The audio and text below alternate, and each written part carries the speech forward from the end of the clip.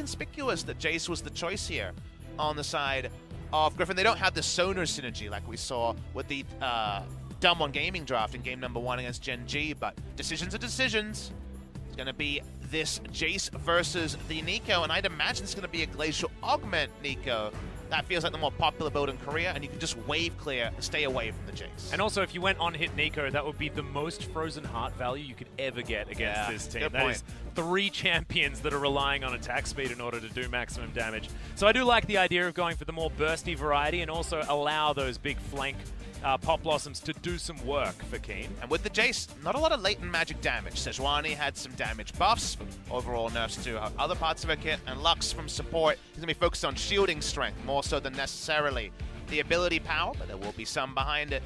Move over the side of Afreeca Freecs, and it's definitely not a expected draft, but it's one that's full of potential, and it's young players who we've seen in isolated games get the most out of their champions. What it all means is a 5 for Afreeca. It's summer. The spring failures mean nothing today. Can Afreeca Freecs show us a rebirth after a poor spring season? Yeah, and their pick potential certainly can work, but here we are onto the Rift for game number 1.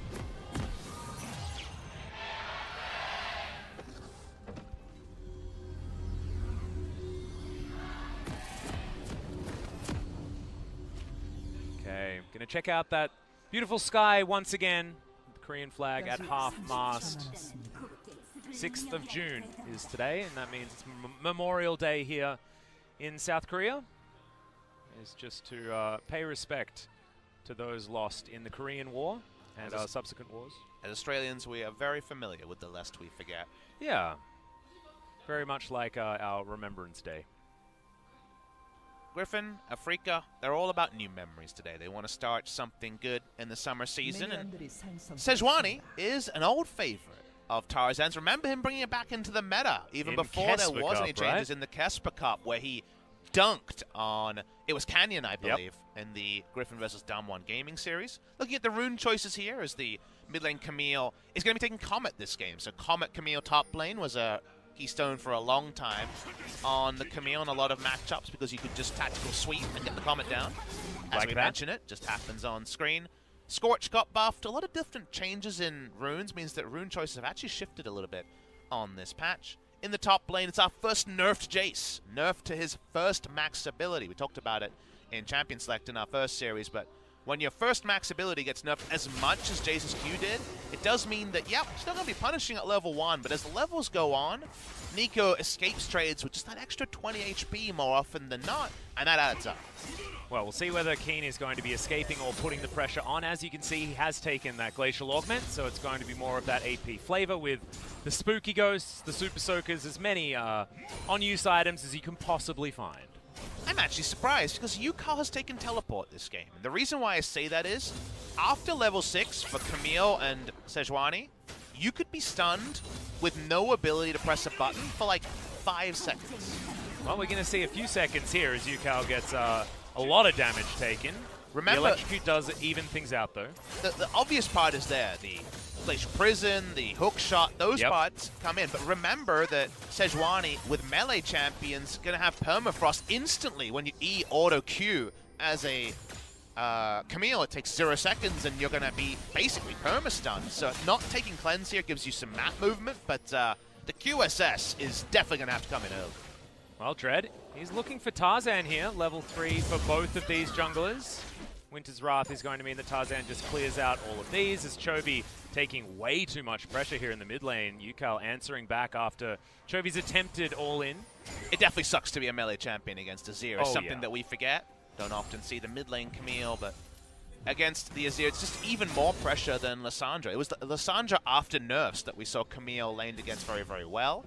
But now against the Azir, well, best of luck with the CS. Yep, have a good time. Senan is moving up as Tarzan's trying to at least relieve some pressure. Dread understands that this is likely to happen as he moves on over to his second Rift Scuttler. That was a really nice ward placed, I believe, by Senan onto the Krug camp, going to spot Sejuani as well. So they're controlling Griffin really well in the early game. Games aren't won in 4 minutes, but the 4 minutes that Afreeca played so far has been measured, it's been informed, and it has responded to a new draft phenomena in this mid lane Camille. So shout out to Afreeca Freecs. So far, they've got some really good read on Griffin. And could this be Griffin maybe getting a little bit overexcited about this new Camille pick in the mid lane? Because it looks like UCal isn't all that answered when it comes to this added pressure that he's able to put down on his melee opponent. However, if you just weather the storm in these first few levels, it might be an opportunity for Chovy to come back in, despite the fact that he's half the CS bar that UCal has put together. And that's the fair counterpoint, right? We're very, very early in the piece, so we don't want to talk about anything. Look at this, no mana jungler. So how about a blue buff to dunk on Camille even more? Yeah, and that is after Dread picks up both of the Rift Scuttlers as well, as Sword is understandably getting a lot of harassment here towards the top side. Here by all this cool stuff from I know. Freecs. I mean, we dared to, like, you know, off air, we were actually talking about this matchup, and we were wondering whether we can start actually getting excited about Afreeca. Well, UCal's going to have to flash as we hold our tongues for a little bit longer.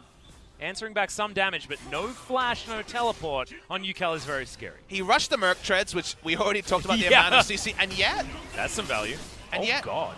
You still need the QSS Atlas, because the CC start, and literally you can overlap him to death. Yeah, it might be that he just needs to be not near the two opponents that need to be together for those CCs to be a thing. So maybe just extra vision might be the answer here from UCal. To your first question specifically around kind of holding our horses regarding Griffin and Afreeca and where they're going to go this season, it was one of those scenarios where the moment Sejuani was locked in, Camille was coming if it was left open on the side of Griffin. So yeah. Afreeca had that info and how they've played around that, and the Azir draft, which usually, like we mentioned, derision for this scaling pick. I think actually we're pretty impressed. I like it. Here on the bottom side of the map, you can see Viper has gone towards that Manamune build that we were talking about yesterday. We know a lot of Korean players have actually gone away from the Manamune build that you were discussing yesterday as Viper. Dredgeline is going to come out and connects here from Sennen. A lot of damage, but aiming has to flash very early away from Lahen's. That light binding is so dangerous. Overall, a 2-for-1 flash trade, though. There was a flash Q from Lahen's, I assume, to get both Aftershock and try to re-engage onto aiming. It drew a follow flash after all, so the only person who's smiling is going to be Sennen, who keeps his flash up, and with flash and soon to be level 6, the playmaking opportunities bot lane are endless. Yep, it's going to be absolutely huge. Dread also, he's on the top side of the map. Tarzan was moving his way down bot, but no wave control, no opportunity to get anything to happen there. So a slow game so far from Tarzan, as Dread has been pretty much keeping him under wraps throughout most of this game. Takes his third Rift Scuttler. That is none for the Piggy Lady. But rather than inaction, there's been a lot of smart action out there. A lot of stuff, right? Yeah. And that stuff is going to flow onto kills post level 6 for these junglers. There's a lot of gankable lanes for both. Probably going to be a farm lane, top lane after all. And Keen, we talked about Glacial Augment. It is the AP choice. It's the most popular choice in Korea. Just going to wave clear against this Jason. I want to watch the lane trades around level 9 and onwards just to see if we can feel those Jason as bad as they read on paper. Yeah. Well, you've got Keen here up towards the top side. He just wants to get rid of this last cannon creep, see whether he decides he wants to go back home. He's got an arm guard as he goes looking to replace some vision. And coming back to the Manamune build, the reason why there was kind of a 2-week stretch where everyone was going Manamune Kai'Sa was not about the Q proccing the Miramana like you might have expected. There was actually a time when Death's Dance and other abilities worked on Kai'Sa in kind of a broken fashion a year ago. That was removed, and it is actually purely about 10 extra AD. You're doing the math around it. You have about 65 AD around the time that you're getting close to Miramana, and thus Pickaxe, Doran's Blade, 100 AD, quick Q transformation. But just like the double the BSO double pickaxe build, its top side will have to hold the point. Ult's going to fly on forward here as Pop Blossom comes down. That's going to be one stun. Great flash to get out of the way of the Empowered Shock Blast. Is going to take a bit more than that to kill King. That was really good timing on the flash there. Maybe it was the first time and was fortunate. Maybe it was intentional. With Keen, we always err towards the intentional. He stays alive. A turret plate will come down, but after the Infernal, Freecs looking for more. Yep, that is going to be a turret plate here for Sword, though. He'll be very happy about that. Of course, getting the flash out of the Nico means that she has to pay more respect for this jungle top duo.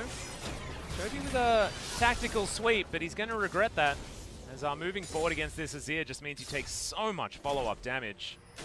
And Dread, he's sort of not waiting towards the top side of the map, as you'd expect Afreeca Freecs to do, just with the power that Keen wields. He's there making sure that UCal can win even more. That's mostly because he was making a bot side play around the Infernal, and thus he's just seeing if he can make something happen mid before he transitions top. 2 turret plates going down, that's still Jace, right? He's still got the EW, he's still got a kit that allows him to take turret plates so easily. One of the biggest relatively buffed champions with the introduction of turret plates. Azir in this matchup, looking very much like a Jace. With his ability to push up. Chovy's about 20 CS behind at all points, now it's 25 CS, so... See what the next shopping trip is for UCal. Do you build QSS, or do you go for something like a Stinger? Can't go for a Berserker Greaves build this time because he has the Merc Treads already. So the Stinger's coming at some point. Is it next item, or is a QSS going to slow it down? What do you try and outplay with something like a Zhonya's coming in relatively early? Of course, he's going to probably like that anyway with triple AD being picked up for Griffin. Freecs now setting up bottom side as Viper dashing towards this lane. Tarzan, great position to be a human ward here in his own jungle. Dread looking to get out. There's the Glacial Prison. Great final spark. He's going to land on too, as I think Senin is going to be the one to die. But no, gets the ultimate, gets the dredge lane. Chovy comes on over, and that is actually a Void Seeker that picks up the killer's first blood. Goes over to Viper. Senin's first read was to leave. He doesn't. Top side, Sorrel gets another trade, but the W does allow for Keen to decrease damage from time to time. Poke hits here. Keen's health bar is getting lower and lower. Good to see Sword take the ascendancy in top side. Senin was dead one way or the other. Chose to use his summoner, taking down it. Yeah. I got excited because he was making some moves towards potentially getting away, but if you flash to get over a wall and there's no blast cone, you're just dead. As the rotation had come in. Chovy would have really liked to have picked up that kill, but he doesn't manage to. 20 CS behind here against the Azir would have helped to have that extra 300 gold. Very interesting. Lost Chapter is the first choice here from UCal. Definitely was, again, some Luden's Berserker Greaves. Yeah, Azir at times, just to find the attack speed that you lose. You need some attack speed from items to maximize the soldier auto attacks. Like you say, it was definitely a who's watching the Watchmen situation here with Freecs. Senin doesn't actually decrease damage with his stopwatch after all. It was too late after damage had come in. He was dying to someone. Ends up being the Kai'Sa. Yep, Void Seeker flies forward, and Viper now, I believe, has that Q evolution, unless he's a little bit too low in level. Does have the Manamune and the Pickaxe and a Doran's Blade. So it's 35 AD from the Manamune, and then, of course, the mana scaling. I don't believe he's at that point yet, but it will come soon. You can get it very early if you've been charging your tier early enough. Definitely either has it or will have it momentarily. Top side, though, Griffin trying to start up the Rift Scuttle, and Afreeca very swiftly deny their access. Yeah, it's the control that they have in the mid lane that allows them to walk up like that. If Chovy was controlling this lane, then that would have been free Shelly because Sword was shoved so far forward. But good successful gank early onto Keen has kept him down. As you can see, he's actually trying to rush towards the Zhonya's with the stopwatch already completed, as well as that arm guard and a book. Viper clears out this minion wave, but aiming's pretty happy right now. Start chilling as Desire. Tarzan goes back and looks to try this once again as the blue buff handoff just happened. Griffin, like you say, round 2 after bot lane had reset. Senin's walking up again. He's got his ultimate available this time. Yep, Dread. Can he actually safeguard in there? Doesn't actually know the health bar of Shelly right now as the Light Binding does land. All of the buttons used onto this Nautilus, who gets himself the Aftershock. Meanwhile, on the top side, Sword is looking for the solo kill onto Keen, flashes forward, grabs it. Meanwhile, here we go. The Emperor's Divide onto 3 as the Killer Instinct from Viper gets him to safety. Tarzan won't be so lucky as the Sand Soldiers and Dread tear him apart, and Lahan's looking for more flashes in order to get out. And Griffin, they do lose one, but they win the fight. Nice to get an exit kill for Afreeca, but like you mentioned, the meat of the prize is going to be picking up the Rift Herald. That's available onto Viper. Overall kill trade, because like you say, a solo kill on the top lane, expected. But to Sword, not to Keen. Absolutely not. Certainly great to catch Keen in transition there. It was really difficult to know where to focus on because we were zoomed out so far. As the second Infernal Drake is going to go to Afreeca, despite the fact that Shelly was the reward reaped from that fight from Griffin. And look who was in the shop. It was Nico. Keen doesn't react. The fact that he didn't move confirms that he was in the shop. Keen also having to run away again. Afreeca Freecs, top laner, their last bastion of hope to win basically any games in spring. That's down his team. as Afreeca otherwise, the gold lead's not massive here. In fact, with that turret plate, look at this. Double Inferno and an even gold game between Afreeca and Griffin. Yeah, this is real exciting. Very, very close despite that team fight win going over to Griffin. It just feels like the Griffin script, you know? They were so, so good. Any team fight scenario, it felt like Griffin were able to find their way into a winning position. To a point. That was something they abandoned in the final that caught us off guard, Atlas, with 2 games of Pantheon Talia in the bot lane. So we knew that, but Griffin, for the purpose of that series, moved away from that. So I'm trying this season to make Griffin re-earn my love, re-earn my trust, re-earn my expectations, because yes, they are clearly a very talented team, and they've shown great ascents towards amazing performance. But there's also been those other moments that now, if you put them together, give you a bit of pause. Yeah, can be a little bit rough. And you're entirely right, but their identity moving into the LCK was certainly team fighters first, everything else second. They were the team that was able to come back in a very snowbally meta from the furthest margins of being behind. Just not against SKT. Felt like SKT were their team fighting kryptonite towards the end of the spring season. Sword here gets his turret taken. It is going to be the second turret of the game, as Griffin had already taken the top outer. Your amount of transformation is live right now, in case you guys are wondering. So again, it's about how much mana you charge. You get 55 AD roughly straight away when you finish the Mana Immune, 25 from Pickaxe, 80. Then, of course, the 8 coming through from the Doran's Blade. The last bit is about the transformation that comes with that 2%. Yep, the stacking of that mana. The downside, and the reason why actually a lot of Korean AD carries dropped the Mirror Mana build recently is that you can't get that kind of attack speed in lane that you get through the Storm Razor, and the fact that the Storm Razor builds in such a satisfying fashion. But the clunkiness of not having that attack speed. Having your Q is really nice, but the clunkiness factor is very relevant. Atlas's sword is actually bought a late tier just on this back right now. Wow. Okay, so wanting to go... I actually like this because one thing I was going to bring up, Puffer, was the fact that they do have a Lux and a Jace. And in olden times, this is to go back quite a few years, that is a pretty dream team combo when it comes to sieging. But that's what Griffin is setting themselves up for right now. The cool part for Afreeca Freecs, though, is when you see that inventory choice, you actually know what Griffin is going to play. They're going to play 4-1 with Camille in a side lane and Jace grouping, and that's extra information that you didn't have until the tier really makes it clear that that's exactly what they want to do. It's a blue buff without a blue buff. Yeah. Well, we'll see whether Afreeca can answer accordingly. Because what is the choice that you make once you have that information on the table, once you see that that's what Griffin wants to do face up, what do you then do to counter that, to respond to that if you're the Afreeca Freak? So what is your win condition? Thing you do have is you can also be pretty flexible with your choice. And remember, it's AP, Nico, and Azir. So actually your wave clear is very, very strong on Afreeca Freak. Xayah also has good wave clear. You need to be able to engage. That's what happens when you see a scenario with that much poke. And to get a true engage, you look at their team and you're like, situational engaged, and then Nautilus has the true engage on this side. The best way to set up a winning scenario where you're not split to hell, like we're alluding to with the Camille on a side lane with Trinity Force blowing up turrets, is to put down control wards an objective and get them to come to you. And that's what Afreeca Freecs needs to do, to take over the game to the point where Griffin has to come to them.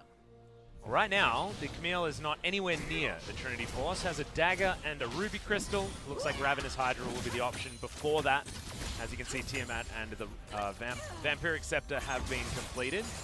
They're going to lose this outer turret, and it feels like tempo is actually back in the hands of the Afreeca Freecs after that first turret did fall against them. Afreeca doing a really good job of rotating around Camille. Maybe their biggest game plan for today was being able to beat mid lane Camille. Again, a solo queue trend in Korea. We saw it in pro play and in a victory by Showmaker for Damwon Gaming against Gen G. A lot of walls in the mid lane that you can hook shot off to get those early stuns, and if Sejuani is there as well, like we mentioned, perma CC bar over the target. It's been a very, very popular pick in combination with Sejuani along the lines of that Aurelia-Sejuani duo. But in lane against a ranged opponent like Azir, no surprise that he's way behind the scenes. Yep. Chovy Has Chovy in his career ever been 60 CS behind somebody? I don't think so. This guy is like a CS record leader. He's a Froggen when it comes to his CSing. So this is starkly in the other direction. Has always been one of those players that does often manage to figure out how to get a winning matchup in the mid lane, and this is probably one of the losingest matchups that you can go into in League of Legends. Pardon my poor English. Exactly. You start inventing new words when it's Chovy 60 CS behind. Losingest indeed. Yeah, it's very losing. And UCal has been able to capitalize very, very nicely. Currently 50 CS in the lead, but Ravenous Hydra has now been completed. And he's up against the Haunting guys, as well as the Luden's Echo. So a lot of consistent damage to come out from this particular Azir build. So this is actually something that could be so pivotal. It could also just be a complete waste of time talking about. Okay. So core item is done. Fiends is the way you go as Lux support. Yes. Gives you everything you're looking for. Ardent sensor value. We don't have the Sona on hit damage. Ardent sensor value for Griffin is insane. Hitting your W skill shot for this Lux actually amplifies damage by a crazy amount. Yeah. No Ardent Sensor just yet, but that will be a purchase here because of the on-hit synergies was Fiora and Camille. Last time, this time, Jason Camille, same school of thought. And in the Ardent Sensor meta, it was actually Xayah and Azir that were very, very good at using that as well. I mean, I feel like Ardent Sensor's stock value has gone up very, very high in this particular game on both sides of the Rift. However, no one's going to really have a great time building it on the Afreeca Freecs unless Keen wants to sacrifice some damage. Nautilus could build it if you have Font of Life and then your slow turns into a heal, but you're right, it's not going to happen. Yeah. There is a outside. It's happened in pro play. We had Zach in the LPL. SOFM famous for his Athene's Ardent Sensor. I mean, it was the Zach Afreeca jungle. Freecs, I think, that made an Ardent Sensor Jarvan attempt. Wow. I don't think he actually built it, but the support Jarvan was definitely a thing, opted into. Just to be clear, we really do miss you, Spirit. We do miss you, Spirit. One of the friends of the global broadcast. Fantastic English, as you'd expect. UCal still doesn't have a cleanser. No. That's it's called confidence, man. What were we saying about UCal and what's changed since the spring season? He's found his confidence again. Well, this is how you demonstrate that you've found your confidence. It's by saying, well, if they're never going to hit me because I'm so good at this game, then why would I need a QSS? You know, the outplay potential is always there. It used to be our Korean advice. I don't know if we still get to give that advice anymore. Our EU advice, I think, is what it is now. It doesn't have the same ring to it. I know. Well, RG2 advice? Keen Slaughtering Sword certainly has the same ring to it as the spring season, but this was after that solo kill, and you can see Keen not quite able to chase him down. Again, to be clear, it's a very low damage build from UCal. He has high AP values than you would usually expect at this time because he has the double Infernal Drake, but you desperately need at least Stinger because the math has been done and you need something like 40% attack speed, 37% attack speed to get the maximum soldier autos in before the soldiers fade away. So you do need attack speed in the build. He's actually gone straight Leandri's. He's someone who is very experienced on Azir, so you should, when in doubt, default to his build, but I do know that that core attack speed is very important. Default to trust is what we'd advise. The transitioning through the jungle here is getting scarier and scarier for the Afreeca Freecs. So much vision actually available as UCal lagging behind. Good light finding is going to be avoided narrowly by UCal just there. Hookshot to get Chovy back towards the top side of the map. And the pressure is going to dissipate. Can we kill some people, please? Yeah, well, I think it needs to start happening again. There's actually so many buttons that kill people as a kill attempt. That was one of them. Red Brambleback goes away. Yeah. We talked about how with these flashes down, the jungles would return. And we've been talking hot mess for 10 minutes because nothing happened. I was going to say, and it's 10 minutes, right? I mean, that flash has been back up and then back up again, in theory, if they had have used it immediately. So, certainly a slower game than it could have been. However, if I'm looking at both of these teams, I'm thinking, you know, Kai'Sa wants to scale, stuff like that. I mean, Griffin wants to get to that 4-1 that they feel so confident in. And Afreeca Freecs have Xayah and Azir. They're happy for this game to go to 60 minutes any time, but Griffin, they don't want that to happen. Sun Turret being converged on, but Chovy actually can't find his way in. It feels like now Tarzan might be routed and doesn't now have that opportunity as Dread looking to clear out this control ward. Lahens to get in there. They pile on top of the Lee Sin. Hextech Ultimatum comes down, and it's not enough just to knock them up with Senon's ultimate. Aiming gets in there. 4 members of Afreeca are here as the Sand Soldiers try to converge, but the slows are there. Senon has to flash, and Griffin have just stayed out of aggro range so well that Swords managed to turn up. The final spark comes in, and Lahen's unable to get anything more done as teleport towards the bottom side. Chovy wants to get something for this. We had so long a lull state, you forget that Griffin want to play 4-1, and now they're able to send Chovy bot lane. He doesn't have Trinity Force yet. When Trinity Force is done, a slow game suits Griffin because they try to hold while Chovy split pushes the enemy to hell. However, Afreeca's team fight around that gold value will also be huge, so differing identities and the better playing team should come out of profit. We talked about CC bars, and yeah, it's not fun to be anyone hit by the first CC from Griffin. Yeah, how many people actually need to pick up 2 SSs? Is it all 5 or something like that? Because it feels bad when you don't have any suppression that you're going up against to build that item. As Keen throws out the Pop Blossom, Sword is going to flash. Yucal tries to get out of the way. Yeah, aiming's going to come in as the 80 carry flank comes down. Sword is well and truly dead, and Keen goes into his Zhonya's, and he's going to be A-OK. Dread's here. The Baron is being looked at, but not gone for, as the final spark is not going to find the target. That was a blind one just to try and get anyone back. Didn't see the context of how that all started, and given it was an area where vision was left on the previous replay, hard to gauge exactly who was at fault. But all we know is Sword is down, and now both his summoners down for quite a while. That does influence his options. See if Afreeca can get this Baron set up. Remember, we said that Afreeca want to win this game by having Griffin come to them around an objective. Yeah, and if you see this map and it's got Griffin members clumped as a 4 with a Camille in a side lane and Afreeca trying to group as 5 and not able to engage, that is exactly what a winning game from Griffin looks like. Whenever you have a Camille that doesn't have Smite, a solo lane Camille, the game always evolves into a bluff scenario of, we don't really think you're going to engage on us. Camille's going to stay in the side lane. Now, no teleport available. It's not going to be as big a thing. Looking at the map, there's actually quite a lot of control vision. This is a really good deep teleport, a playmaking teleport from Azir that caused Sword to have nowhere to run. Yeah, and in fact, aiming in the right position in order to get that flank off. As a 600 gold bounty goes over to the Xayah, which could actually be pretty pivotal as Tarzan going to be able to find an engage, but Lahen's is waiting off to the side. Chovy here as well, and so much control vision here for Griffin. A lot of value on that one control ward. This is the game state Afreeca want. Aiming pushes out in mid, no spotting vision around the Baron, and how did Griffin respond? But for now, at least, with the push and shove that always League of Legends vision battles evolve into, Afreeca not strong enough to protect their vision. Well, it's the vision battle that I'm a little bit worried about as a Afreeca fan, because they're losing really, really hard. Griffin are able to get their vision into positions that they can play around much better than Afreeca. Afreeca have a few random wards in positions they don't necessarily need it, and in very defensive positions when they want to be trying to group and actually taking control of the battlefield that they don't have any control of at this point. Finally getting themselves in there, but you can see there are still sneaky wards that Griffin are getting a lot of information with. And Lux, like we mentioned yesterday, one of the other regions that she is played right now is she has a lot of temporary vision. Look at all the E's coming through on the Lux. I want to say Lucian Singularity. Yep, the old Lucian Singularity. Cooldown is very, very short. A lot of CDR in the build, so you're able to spot. The R also, the final spark, brings vision as well. So with all that temporary vision,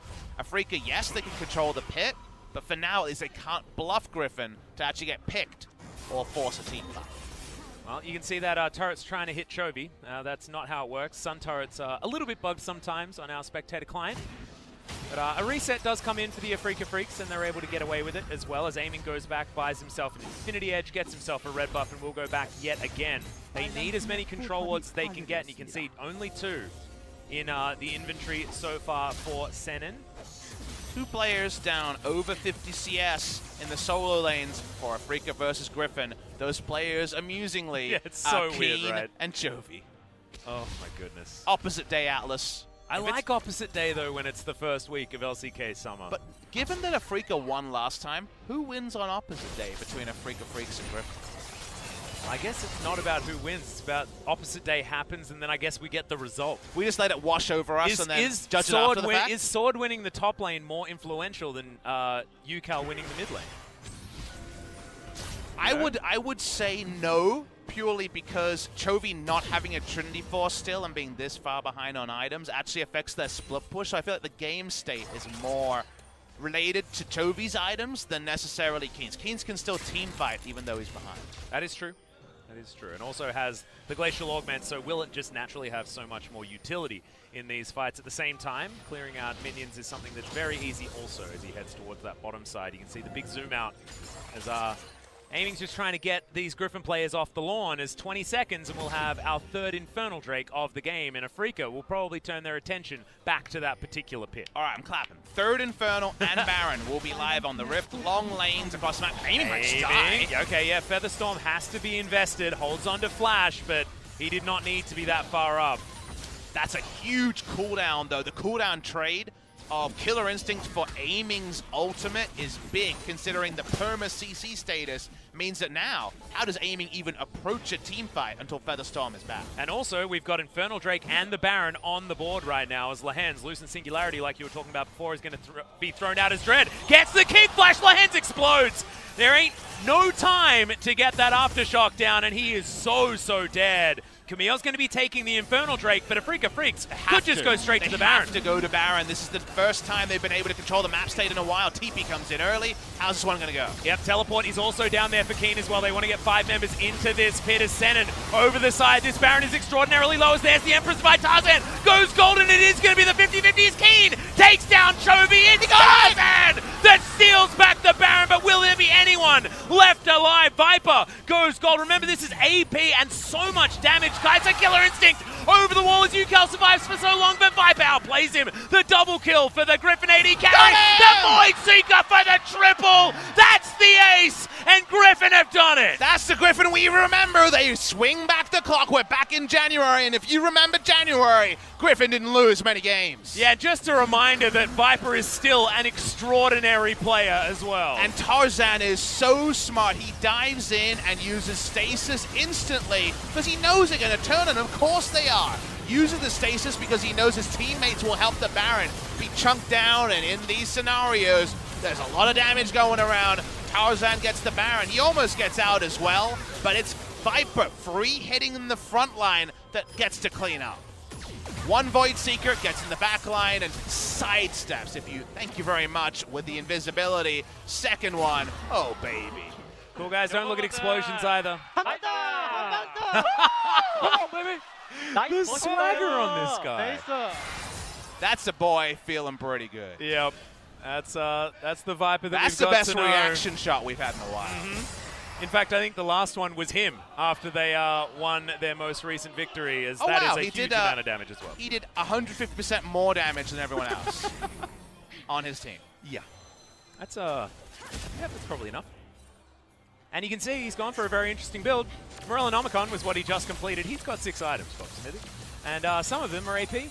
The other ones are going to be that Muramana and the Rage Blade that he has completed. Of course, everyone knows that Kai'Sa does work as the AP variant. That means that the burst damage is certainly going to be gigantic. And that Void Seeker, as you saw before, it chunks Dread. Look at how much damage that is. I spoke to Viper a lot about Kai'Sa builds. He's been kind of the Kai'Sa pioneer for a long time. He was the first Blade Kai'Sa player. Yep. That was the last new build that he debuted. And he would always play AP Kai'Sa in solo queue, and I would always ask him about why he never played it in pro play. Is that the laning phase is too weak, can't get away with it. But AP Kai'Sa is better in a vacuum. When you get a big lump sum of gold, why not go down the AP side? Now he's got just a lot of stuff going on in his build, but if you think about what it provides, he has stasis, he has a bit of extra health, and pen coming through. And think about how much penetration he has with 15% armor pen and magic pen on the changed Rage Blade and flat pen coming through from the Morellonomicon. So utility, penetration, all you guys need to know, damage. Yeah, he hurts a lot, and you can't really build too much in order to stop him from doing it. He's got a lot of AD, a lot of physical damage, a lot of magical damage, and a lot of both types of penetration. And a lot of mana as well, as he just dives on top of Aiming.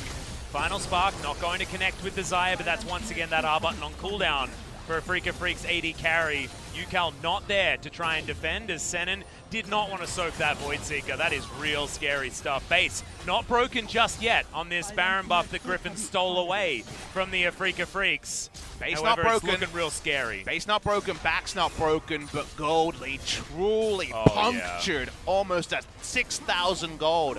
Baron buff power play. It was a slow game, so much standing gold. You want some damage numbers, Yeah, Papa Smithy? I That's saw like them. close to 1,000 damage on a Void Seeker. If I did quick maths in my head, it'd be like 850, 900, you're right. Almost 4-digit damage on the Void Seeker. And remember, with the CDR refresh, you hit one, and that's 50% cooldown reduction.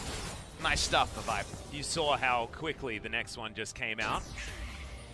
So he's going to supercharge his way out of there, but no more Baron buff now as 43 seconds, and this Elder Drake will be on the board. Infernal Drake, remember, was picked up by Griffin, which puts him in the lead when it comes to the Dragons. Void Seeker once again. You have to respect him. Half the time it feels like they're scouting tools, but in this game, no. And so much Sejuani played by Griffin, especially in the Challenger series, and it was actually for more scenarios like this with lots of onus on Viper to carry. Swords on a Merry Chase scenario. Yeah, he is going to Meanwhile, yeah, okay, on the bottom side of the map, Zenon has been caught out. Final Spark is going to come in. The kick wants to be used by Dread, but he doesn't even need it. The Xayah damage is so huge, but in the backside, it's going to be Viper. The Zhonya's comes in the end. Can he actually survive? Blade Call is huge. Triple kill now for aiming his sword. Takes him down in the end. Has the damage, though, been done as there's Yukao with full health and only the hands to try and save this Jace. Afreeca Freecs keep 4 alive and win the fight with only a Lux remaining. And there's that team fight scaling we were alluding to. It's 35 minutes. Double Infernal, Azir, Xayah, and Nico are reporting. Able to close the distance, able to stasis through the Nico ultimate. But the moment Viper went down, you knew that Griffin would swiftly follow. Exactly right. This Elder Drake also is going to evaporate as you got some cute attempts here from Lehens, but cute attempts aren't what win you games. So Let's have talk a look about at this what one happened. again. This was all created, the Yakety Sax moment, because Jace was in the base. The teleport, actually Azir. It actually happened. Exactly. Goes towards the top side. So Azir's out of the fight. So it ends up just being a 4v3 to start. Lux is not there. Jace is top side. It's still outnumbered for Afreeca. And the problem for the side of Griffin is it just wasn't enough backup for Viper to pop off. And there were so many feathers on the ground as well. You saw that extraordinary burst damage out of that Blade Caller. That was because Viper was torn apart by like 70 different feathers. Big Elder Core coming out, so definitely only a wry smile. But the items continue to stack up. Yukao keeps the attack speed away, but has a lot of ability power. Seems like aiming is the one, and this time he did about 150% of his team's damage. Anything I'll you take can do, the I battle can do of better, I 280 guess. carries at 6 items, Atlas. Yeah, me too. Remember, Afreeca had the backup 80 carry in Azir, and Chovy went in and died instantly. It's just so interesting seeing in Afreeca Freecs where Keen is such utility as Lose the Singularity is there. The Baron is getting taken down extraordinarily low. Teleports are coming forward. We're going to have the 50-50. This time it goes over to Yukao, but he's dead instantly. Xayah is in the back of the pit. Featherstorm comes down. No flash available for aiming as the Blade Caller gets no value. And we're looking at another ace for Griffin in the Baron pit. And it may just be the game. There are 2 members alive, but one of them's Viper. Afreeca choose to stand and deliver in the same spot where Griffin got their big win, and Viper just makes them look silly. Darts behind the pit so no one can aggro him, and just flashes over to get the exit kills. And like you say, with these death timers, if the minions live, Griffin win. Yep. And Tarzan's actually going to tank up this inhibitor turret as well. Look at the damage coming out of Viper. Yes, the minion wave was right in the middle of the mid lane. They had 3 turrets they need to get through. There are still some death timers that aren't as long as you might have thought. Zenon is going to come in, but is he going to be enough to deal with Viper? Second Nexus turret going to go down. Tarzan flashing over the Nautilus. He does have a lot of CC, but is it actually going to be enough as now the Nexus is exposed 1 second on Yukao. He's flashing. He's trying to get out Emperor's Divide, but is it enough space? No, it's not, as Griffin steal game 1. Viper's solid gold, and